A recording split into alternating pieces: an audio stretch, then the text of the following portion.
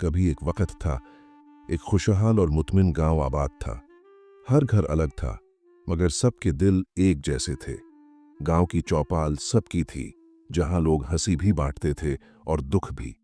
दिन भर का काम खत्म होते ही लोग शाम को अलाव के पास बैठ जाते थे। वहां बातें होती, पुरानी, मीठी और सच्ची। कोई मजाहिया बात होती तो सब हंस पड़ते, और जब कोई दुख भरी बात सुनाता तो सबकी आंखें भीग जाती। गांव के लोग सीधे सच्चे थे, न झूठ बोलते न फरेब करते। हर घर के चूल्हे में आग जलती थी, मगर किसी दिल में नफरत की आग नहीं भड़कती थी। जमीन नीचे थी और ऊपर बस अल्लाह का नाम। लोगों की जरूरतें भी बहुत मामूली थीं। पेट भरने को रोटी, पीने को पानी, तन ढांपने को कपड़े और सर छुपाने को एक छोटा सा घर। सूरज निकलने से पहले ही हर घर में चिराग जल जाते थे। मेहनत, सुकून और मोहब्बत, यही गांव की पहचान थी। उसी गांव में एक जागीरदार था। उसकी जमीन बहुत बड़ी थी और गांव के किसान उसी जमीन को जोत कर अपना पेट पालते थे। एक दिन एक किसान ने जागीरदार से कहा, मालिक, जमीन का किराया माफ कर दो, साल अच्छा नहीं गुजरा, बड़ी मेहरबानी होगी। मगर जागीरदार ने इनकार कर दिया। किसान बोला, मालिक, आपके पास तो बहुत जमीन है, मरने के बाद ये सब कहां साथ जाएगा? जागीरदार हंसकर बोला, जमीन मेरी है, मगर दाना तुम्हारा। जोतो, बो, कमाओ और खाओ, मेरा क्या जाता है? किसान ने ये बात चौपाल में सबके सामने रखी, मगर गांव के लोग भी जागीरदार की बात से ही मुत्तफिक थे।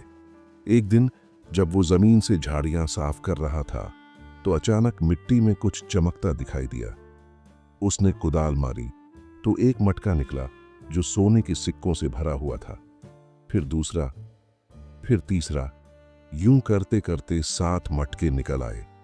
किसान ने अपने बैल जोड़े, घोड़ा गाड़ी में वो 7 मटके रखे और दोपहर की तपती धूप में जागीरदार के घर की तरफ चल पड़ा। ये वक़्त की बात थी और वक़्त के हाथ में लिखी तकदीर। जो आज उसका था, कल किसी और का हो गया। सच्चाई और ईमानदारी, यही जिंदगी की असल दौलत थी। जागीरदार ने दूर से किसान को आते देखा तो दिल ही दिल में बोला, यही है जो किराया देने से इनकार कर रहा था। अब देखता हूं क्या नया तमाशा लेकर आया है। मगर जब उसकी नजर गाड़ी पर रखे मटकों पर पड़ी तो गुस्सा कुछ कम हो गया। वो बोला, क्या नया चक्कर ले आया है किसान? किसान मुस्कुराकर बोला, मालिक, आपने तो किराया न लेने की जिद पूरी कर ली। अब ये नई मुसीबत कबूल करना आपकी किस्मत है। जागीरदार ने एक मटके का ढक्कन उठाया। अंदर सोने के चमकते सिक्के देखकर हैरान रह गया। बोला, अरे ये क्या? क्या मेरे खेत में सोना उगने लगा है?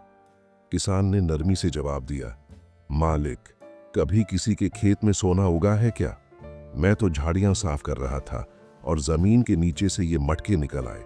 जमीन चूंकि आपकी है, इसलिए सब कुछ आप ही का है, इसीलिए ले आया हूं, कबूल कर लीजिए। जागीरदार के चेहरे पर तेवर चढ़ गए। उसने सख्त लहजे में कहा, जो तेरे हाथ लगा वो तेरा, मेरे पास ये बोझ क्यों लाया है? किसान ने मजबूत लहजे में कहा, जमीन आपकी है तो ये खजाना भी आपका है। मैं बहस नहीं करना चाहता, देर हो रही है, शराफत से मटके रख लीजिए, मैं अपने काम पर वापस जा रहा हूं। जागीरदार ने थोड़ा नरम लहजा इख्तियार करते हुए कहा, देख भाई, तू भी नाहका की बात कर रहा है। जब ये खजाना तेरी जड़ें खोदते वक्त तेरे हाथ लगा तो मैं कैसे कह दूं कि ये मेरा है? मैं अभी तक इतना बेवकूफ नहीं हुआ। किसान ने जवाब दिया, अगर अकल वाकई सलामत होती तो ऐसी बात फौरन ना करते। ये बात तो बच्चा भी समझ सकता है कि जब जमीन तुम्हारी है तो खजाना भी तुम्हारा। इसमें झगड़े की बात ही क्या है? जागीरदार तंजिया अंदाज में बोला, वाह, लगता है पूरे इलाके की अक्ल का ठेका तूने ही ले रखा है। चलो देख लेते हैं कि गांव के लोग किसको अक्लमंद समझते हैं। पंचायत बिठा लेते हैं।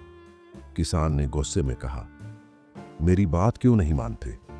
गरीब के साथ कब किसी ने इंसाफ किया है? पंचायत बिठाने से क्या होगा अगर सच देखने की नीयत ही नहीं? जागीरदार तेश में आकर बोला, क्यों नहीं, इंसाफ तो होगा ही। तू कहता है जमीन मेरी है, तो बता, अगर मेरे खेत में काम करते वक्त तुझे बिजली गिरकर मार दे तो मरेगा तू या मैं? किसान बोला, बेशक, बिजली अगर मुझ पर गिरेगी तो मैं ही मरूंगा। जागीरदार ने कहा, तो फिर यह भी बता, अगर मेरे खेत में काम करते हुए तुझे सांप काट ले तो जर तेरे बदन में चढ़ेगा या मेरे? किसान थक कर बोला, मालिक, अब इन उलटी सीधी पहेलियों से मेरा दम घुट रहा है। मैं आप पर भरोसा करके आया था, लेकिन समझ गया हूं कि इंसाफ की उम्मीद फजल है। जागीरदार बोला, अगर तेरी यही राय है तो पंचायत क्यों मांग रहा है? जा, चुपचाप ये मटके अपने घर ले जा, मैं किसी से जिक्र नहीं करूंगा। किसान ने मजबूत लहजे में कहा, बात छुपाने की क्यों? जागीर तुम्हारी है, दौलत तुम्हारी है, मैं किसी का माल अपने घर नहीं रख सकता। तुम चाहो तो ये मटके ले लो, वरना मैं इन्हें छोड़कर वापस खेत चला जाऊंगा। इतनी देर में तो आधा काम हो जाता, ये फिजूल बहस मुझे रास नहीं आती। ये कहकर वो मुड़ने लगा। जागीरदार ने आवाज दी, देख, जिद छोड़ दे, बाद में पछताएगा। किसान ने पलटकर कहा, पछताऊं या ना पछताऊं, सच्चाई से मुंह नहीं मोड़ूंगा। जागीरदार का गुस्सा अब भी ठंडा नहीं हुआ था, मगर वो मजबूर था, कुछ कर नहीं सकता था। शाम ढली तो गांव के अलाव के पास पंचायत बैठ गई। सारे लोग इकट्ठे हुए। किसान ने सारी बात बता दी। पांचों ने पूछा, बता, ये खजाना खुद जमीन से उछलकर बाहर आया या तूने खुद खोद कर निकाला? किसान बोला, मैंने खुद खोद कर निकाला। जमीन खुद से खजाने उगलती है क्या? पांचों मुस्कुराकर बोले, तो फिर फैसला तो खुद तेरी जुबान से निकल गया। जिसने खोद कर मेहनत की, खजाना भी उसी का हुआ। मगर किसान फिर भी न माना। उसने कहा, लेकिन जमीन तो मेरी नहीं थी, किसी और की जमीन से निकला खजाना मैं कैसे रख सकता हूं? पांचों ने कहा, भाई, ये हमारे बस की बात नहीं कि तेरे दिल को समझा सकें। हमने इंसाफ से फैसला कर दिया, जमीन, हवा और पानी पर किसी का हक नहीं। अगर तू इतना ही सच्चा है तो फिर दूसरे की जमीन पर बहती हवा भी न सूंघ। किसान बोला, अगर आप हुक्म दें तो सांस लेना छोड़ दूं? पांचों हंस पड़े, बोले, ऐसी उलटी बात हम क्यों कहेंगे? हमारी राय है कि जब तक इस खजाने के मालिक का पता न चले, ये अमानत तू ही संभाल कर रख। किसान बोला, अमानत मेरे किस काम की? ये तो नींद बेचकर जागना है। पता नहीं किसने ये दौलत जमीन में दबाई होगी और किस उम्मीद पर। मेरा ख्याल है बेहतर यही है कि ये सब खजाना राजा के खजाने में जमा करा दिया जाए। पांचों बोले, हमने अपना इंसाफ कर दिया, अब तू माने या न माने ये तेरा इख्तियार है। किसान ने दुख भरे लहजे में कहा, जब इंसाफ का मफहूम ही नहीं समझते तो इंसाफ बांटने का दावा क्यों करते हो? ये कहकर वो सीधा राजा के महल पहुंच गया। राजा ने सारी बात गौर से सुनी, फिर मुस्कुराकर बोला, मैं अपनी रियाया की जान ओ माल की हिफाजत के लिए राजा बना हूं, किसी का माल छीनने के लिए नहीं। पांचों ने ठीक फैसला किया है, मेहनत तेरी थी, खजाना भी तेरा है। जा, खुशी से घर ले जा। राजा की बात सुनकर किसान का चेहरा उतर गया। वो बोला, बादशाह सलामत, आपका फैसला हैरान करता है। अगर इजाजत दें तो मैं ये मटके वापस उसी जगह जमीन में दफन कर दूं। राजा मुस्कुराया और बोला, जैसी तेरी मर्जी वैसा ही कर। 3 दिन बाद सुबह सवेरे सूरज निकलते ही गांव के सब लोग जमा हुए और वो किसान अपने हाथों से सोने के 7 मटके फिर उसी जगह जमीन के नीचे दफन कराया। कई साल बीत गए। किसान बूढ़ा हो गया, उसके बाल सफेद, हाथ कमजोर और आंखों में अब पहले जैसी चमक नहीं रही थी। एक दिन उसका बेटा खेतों में हल चला रहा था। अचानक बैल रुक गए। हल के नीचे कुछ सख्त चीज आ लगी। बेटे ने झुककर देखा, जमीन के अंदर कुछ चमक रहा था। उसने बैल हटाए, कुदाल मारी और जमीन का मुंह खुल गया। वही 7 मटके थे जो उसके बाप ने बरसों पहले दफन किए थे। बेटे ने हैरत से उन्हें देखा। मटकों के मुंह बंद थे, मगर ऊपर से कुछ चमकता हुआ सोना झांक रहा था। उसने दौड़कर बाप को बुलाया, अब्बा देखो, जमीन ने खजाना वापस दे दिया है, क्या किस्मत की बात है। बूढ़े किसान ने आकर देखा और लम्हा भर के लिए खामोश खड़ा रहा। फिर उसके होंठों पर एक हल्की सी मुस्कुराहट आई। उसने कहा, बेटा, ये खजाना तेरा नहीं, ये वक़्त का है। वक़्त जब चाहे जमीन से दौलत निकाल देता है और जब चाहे फिर छिपा देता है। बेटे ने हैरत से पूछा, अब्बा, क्या मतलब? ये खजाना तो हमारे खेत से निकला है, फिर ये हमारा क्यों नहीं? बूढ़ा किसान बोला, इसी सवाल का जवाब मेरा सारा जीवन तलाश करता रहा। मैंने इसे इसीलिए दफन किया था ताकि आने वाले वक्त में कोई अक्लमंद शख्स इसका असल मतलब समझ सके। बेटा बोला, तो अब बताइए ना, मैं क्या करूं इस दौलत का? बाप ने गहरी सांस ली और बोला, अगर इसे रखने से दिल में लालच आता है तो जमीन में ही रहने दे, और अगर तुझे लगता है कि इस दौलत से किसी का भला हो सकता है तो इसे लोगों में बांट दे। याद रख, दौलत रखने से इंसान बड़ा नहीं होता, बांटने से होता है। बेटा कुछ देर सोचता रहा, फिर बोला, अब्बा, मैं आपका कहाँ मानूंगा? ये खजाना मेरा नहीं, गांव के काम आएगा। मैं इससे कुआं खुदवाऊंगा ताकि सबको पानी मिल सके। बूढ़े किसान की आंखों में आंसू आ गए। उसने आसमान की तरफ देखा और कहा, परवरदिगार, तूने मेरे बेटे को अक्ल दी, अब तू उसकी मेहनत को बरकत देना। चंद दिन बाद पूरे गांव ने मिलकर एक नया कुआं खोदा। इसी खजाने के सोने से पत्थर लाए गए, रस्सी, डोल सब खरीदा गया। पानी निकला तो सबने खुशी से नारा लगाया, ये है मेहनत का पानी। लेकिन किस्मत के खेल निराले होते हैं। कुएं के दूसरे ही दिन राजा का सिपाही आया। उसने ऊंची आवाज में कहा, राजा का हुक्म है, जिस जमीन से खजाना निकला है वो अब शाही जमीन मानी जाएगी और खजाने की रकम भी दरबार में जमा होगी। गांव में खामोशी छा गई। बूढ़ा किसान चुप रहा, मगर उसका बेटा आगे बढ़कर बोला, ये जमीन हमने जोती, पानी हमने निकाला, खजाना हमने नहीं मांगा, फिर अब क्यों छीन रहे हो? सिपाही ने सख्त लहजे में कहा, हुक्म राजा का है, सवाल करने की इजाजत नहीं। बूढ़े किसान ने बेटे का कंधा थामा और बोला, बेटा, गुस्सा न कर, वक्त एक बार फिर अपना खेल खेल रहा है। याद रख, दौलत का अंजाम हमेशा यही होता है, एक हाथ से निकलकर दूसरे में चला जाता है। बेटे की आंखों में आंसू आ गए। उसने कहा, फिर इंसाफ कहा गया अब्बा? बूढ़ा बोला, इंसाफ? बेटा, इंसाफ जमीन में नहीं, इंसान के दिल में होता है। जब दिल साफ हो तो हार भी जीत बन जाती है। वक्त बीतता गया। बूढ़ा किसान अब इस दुनिया में नहीं रहा। उसका बेटा भी बुढ़ापे में चला गया।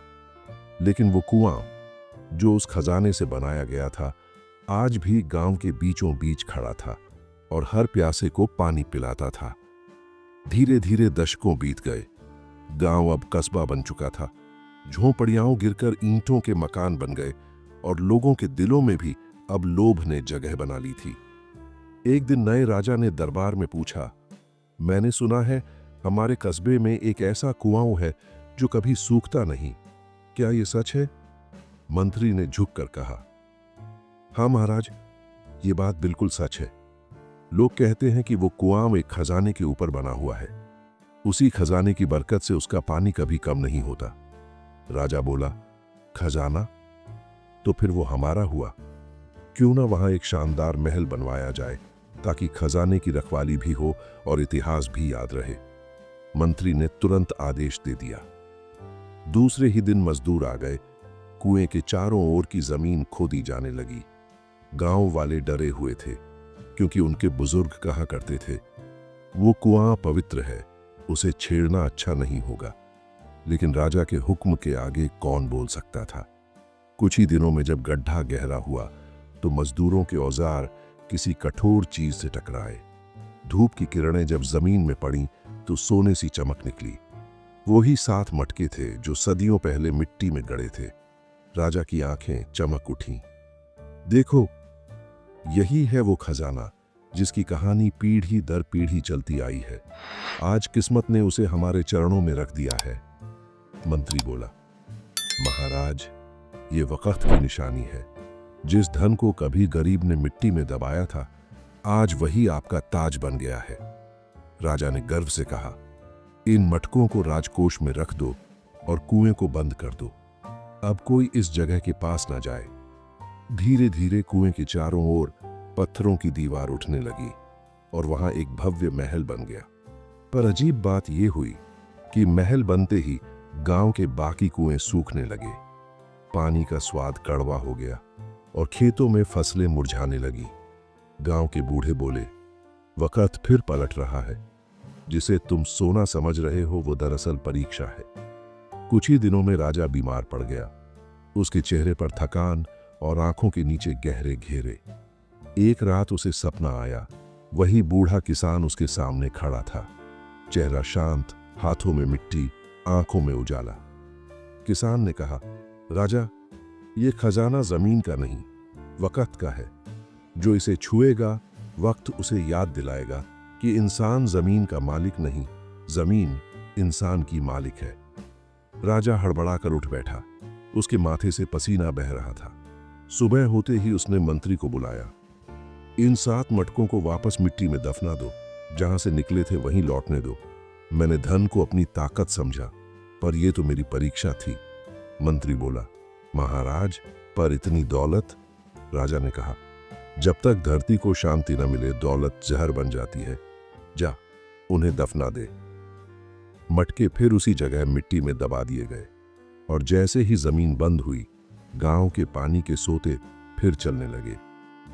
फसलें लहलहाईं, हवा में ठंडक लौट आई। राजा ने अपना महल छोड़ दिया और अपने आखिरी दिन एक छोटी सी झोपड़ी में बिताए। राजा के जाने के बाद कई सदियां बीत गईं। वो जमीन चुप पड़ी रही, न किसी ने वहां कुछ बोया, न किसी ने कुछ खोदा।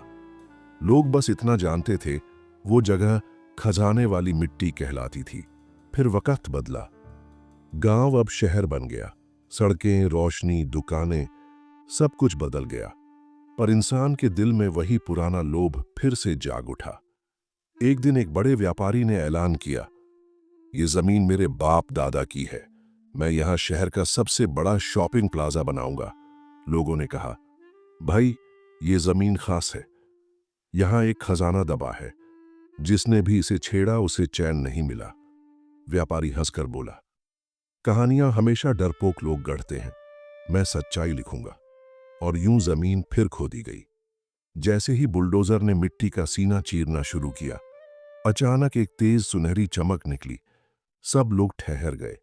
वो ही 7 मटके, जैसे वक्त ने उन्हें संभाल कर रखा हो, न टूटे न मिटे। व्यापारी खुशी से चिल्लाया, देखो, किस्मत मेरे साथ है। उसने मजदूरों से कहा, जल्दी करो, ये खजाना मेरे ट्रक में रख दो। लेकिन जैसे ही पहला मटका उठाया गया, धरती कांपने लगी, हवा घूमने लगी, आसमान पर बादल छा गए। लोग डर गए। अचानक जमीन से एक पुरानी मगर उजली आवाज आई, वही बूढ़े किसान की आवाज। उसने कहा, इंसान फिर भूल गया है, ये खजाना तुम्हारा नहीं, वक्त का है। जिसने भी इसे अपनाया उसने अपने सुकून को दफन कर दिया। व्यापारी के हाथ कांप उठे, वो पीछे हटा और जमीन पर गिर पड़ा। मटके फिर धीरे धीरे मिट्टी में समा गए, जैसे खुद वक्त ने उन्हें वापस ले लिया हो। आसमान साफ हुआ, हवा थम गई और बस वही आवाज गूंजती रही, जो जमीन से लेता है अगर लौटाता नहीं तो वक्त ले लेता है। लोग चुप खड़े रहे, किसी ने कुछ नहीं कहा। सबके दिल में बस एक बात उतर गई कि ये कहानी खजाने की नहीं, जमीर की थी। उस दिन के बाद किसी ने उस जमीन को हाथ नहीं लगाया। वो आज भी वैसी ही है, एक शांत टीला नुमा जगह जहां लोग जाकर दुआ मांगते हैं, ऐ खुदा, हमें लोभ से बचा और सुकून की दौलत दे। वक्त सब कुछ छीन सकता है, जमीन, दौलत, इज्जत, पर जो सच्चाई और मेहनत से जीता है उसका नाम वक्त भी नहीं मिटा सकता।